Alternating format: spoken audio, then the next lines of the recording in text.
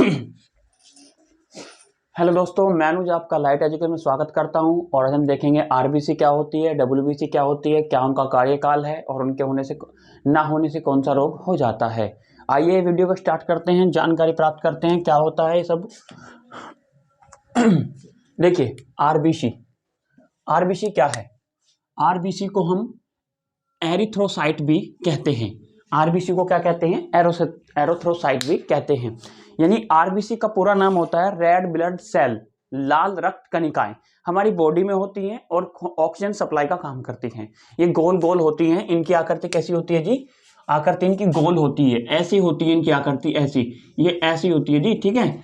और अब ये कितनी संख्या में होती हैं या बॉडी के अंदर क्या काम करती है। देखिए अगर ये जीरो है, ये गोल आकृति है, यदि आपकी ब्लड की एक बूंद आएगी, एक बूंद, मात्र ब्लड की एक बूंद में 5 लाख कण आरबीसी होते हैं। 5 लाख कण आरबीसी के होते हैं। तो क्या करती है, देखिए जी, इसमें केंद्रक नहीं होता, इसमें केंद्रक नहीं होता, ठीक है जी। इनकी जीवन अवधि 120 दिन होती है, यानी 120 दिन बाद ये मर जाती हैं और फिर पुनर्निर्माण इनका होता है, ठीक है जी। तो आरबीसी 120 दिन में मर जाती है। ये अस्थि मज्जा में बनती है, बोन मैरो बोलते हैं इसको। इनका जो निर्माण होता है 100 अस्थि मज्जा में बनती है और इनका जो अवधि होती है जीने की 120 दिन होती है, फिर ये पुनः बन जाती है। उसके बाद इसका काम क्या है जी, बॉडी में काम क्या करती है। देखिए ऑक्सीजन की सप्लाई करती रहती है, आपूर्ति, और पूरी बॉडी में ऑक्सीजन को पहुंचाने का काम ये करती है। इसी के माध्यम से पूरी बॉडी में ऑक्सीजन जाता है। तो ये क्या करती है, एक तरह से कार्य ऑक्सीजन की सप्लाई करने का कार्य करती है। अब देखिए जी, इसका एक अपवाद भी है। इसका एक अपवाद भी है। ऊंट और याक की आरबीसी में केंद्रक पाया जाता है, जबकि मानव के में नहीं पाया जाता। तो ऊंट और याक की जो आरबीसी है उसमें केंद्रक पाया जाता है, ठीक है जी।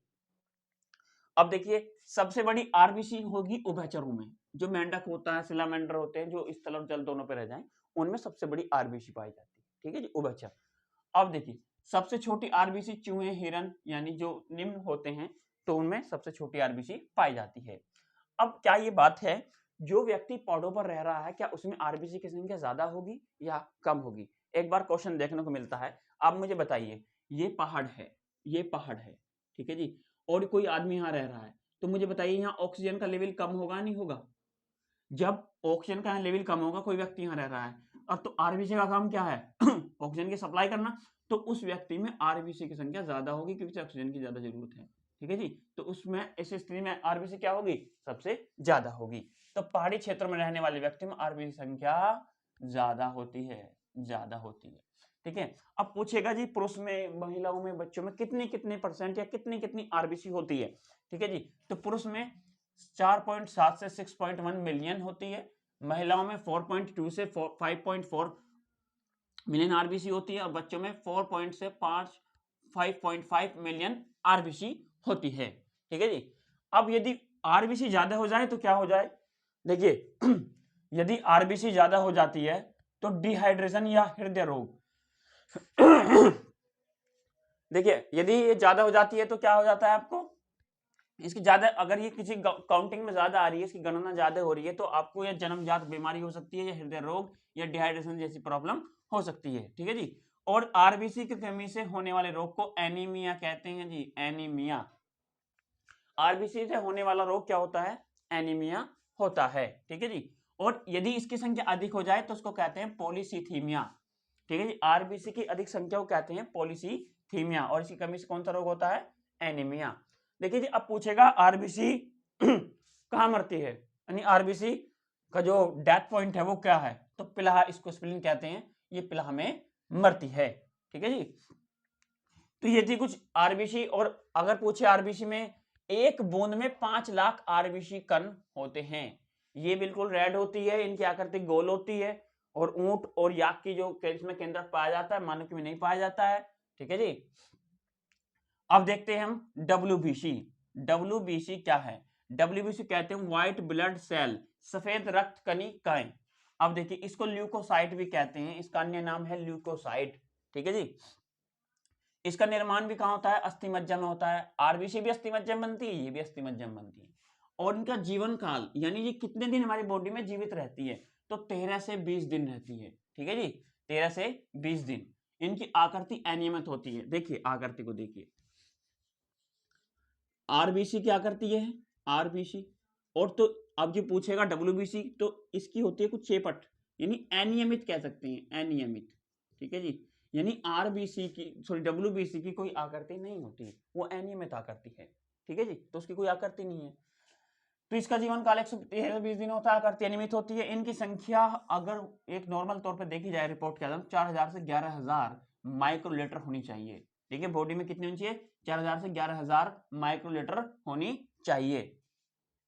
यदि ये इनकी संख्या बॉडी में अधिक हो जाए तो क्या हो? यदि इनकी संख्या अधिक हो जाए तो क्या हो? देखिए, यदि WBC की संख्या अधिक हो जाती है तो कैंसर नामक रोग हो जाता है जो लिम्फोसाइट में होता है। ठीक है जी, लिम्फोसाइट में होता है, तो कैंसर नामक रोग हो जाता है यदि ये ज्यादा हो जाती है। ठीक है, तो सबसे बड़ी जो WBC है वो क्या है? मोनोसाइट। सबसे बड़ी WBC का नाम है मोनोसाइट।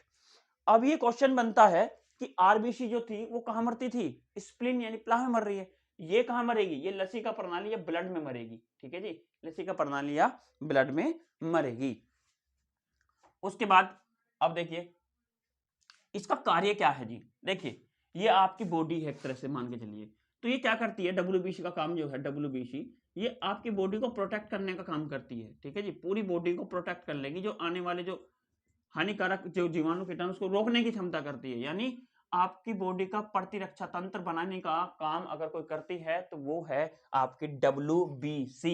यही आपकी बॉडी को प्रोटेक्ट करती है। ठीक है जी, अब देखिए इसके लक्षण को कैसे हम प्राप्त करें कि आपकी WBC कम हो रही है या ज्यादा हो रही है, हमें वो पता कैसे चले? देखिए, या तो फिर आपको बुखार होगा, या रात में आपको ठंडा पसीना आएगा, या फिर सीने में दर्द होगा, या पैरों में सूजन होगी। इसके सामान्य लक्षण है जिससे आपको पता लगेगा कि आपकी जो WBC है वो कम होती जा रही है, क्योंकि आपको प्रॉब्लम होने लगेगी, रोग आपको घेरने लगेंगे। जब रोग घेरने लगेंगे तो आपकी WBC कम हो रही है, क्योंकि यही बॉडी को प्रोटेक्ट करती है ना, और ये कम हो रही है तो आपको फिर प्रॉब्लम होगी। ठीक है, तो ये इसकी कुछ उदाहरण है जिससे आप बता सकते हो कि किसी की WBC कम या ज्यादा हो रही है। अब बात करते हैं कि इसको हम कैसे बढ़ाएं, अपनी पावरफुल एनर्जी को कैसे बनाएं, अपनी बॉडी को प्रोटेक्ट WBC से कैसे कराएं, और उसकी संख्या कैसे हम बढ़ा सकते हैं। देखिए, आप लहसुन लें, लहसुन आप खा सकते हैं, उसमें अच्छी मात्रा होती है।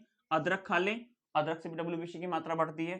खट्टे फल खा लें, खट्टे फल से भी इसकी मात्रा बढ़ती है। ठीक है जी, और बादाम और पालक, यानी आप इन चीजों को ले सकते हैं, और इनसे ही आपकी WBC अच्छी बनेगी और आपकी बॉडी को वो प्रोटेक्ट करेगी। अब देखिए, WBC में दो चीज होती हैं। WBC में एक तो कणिका युक्त होती है, एक अकणिका युक्त होती है। तो कणिका युक्त क्या होती है, अकणिका युक्त क्या होती है? देखिए, इसमें बहुत सारी चीजें जो कणिका युक्त होती हैं कहते हैं एसिनोफिल्स। एसिनोफिल्स ये WBC का ही पार्ट है। अब इसमें क्या है, यदि किसी व्यक्ति के ऊपर या बॉडी पर एलर्जी आ जाती है, एलर्जी, तो उसमें एसिनोफिल्स काम करती है। आपकी ये नहीं पूछेगा, जो ब्लड होता है उसमें अगर एलर्जी हो जाती है, स्किन पर एलर्जी हो जाती है, तो एसिनोफिल्स क्या काम करती है? तो एलर्जी पर यदि कुछ काम करता है तो वो एसिनोफिल्स होती है। ठीक है जी, तो ये थी कुछ आपके सामने बेसिक सी जानकारी जो हमने अपने इस क्लास में रखी। WBC क्या होता है, RBC क्या होता है। यदि आपको ये वीडियो अच्छी लगी हो तो वीडियो को लाइक, सब्सक्राइब एंड कमेंट करके जरूर बताएं।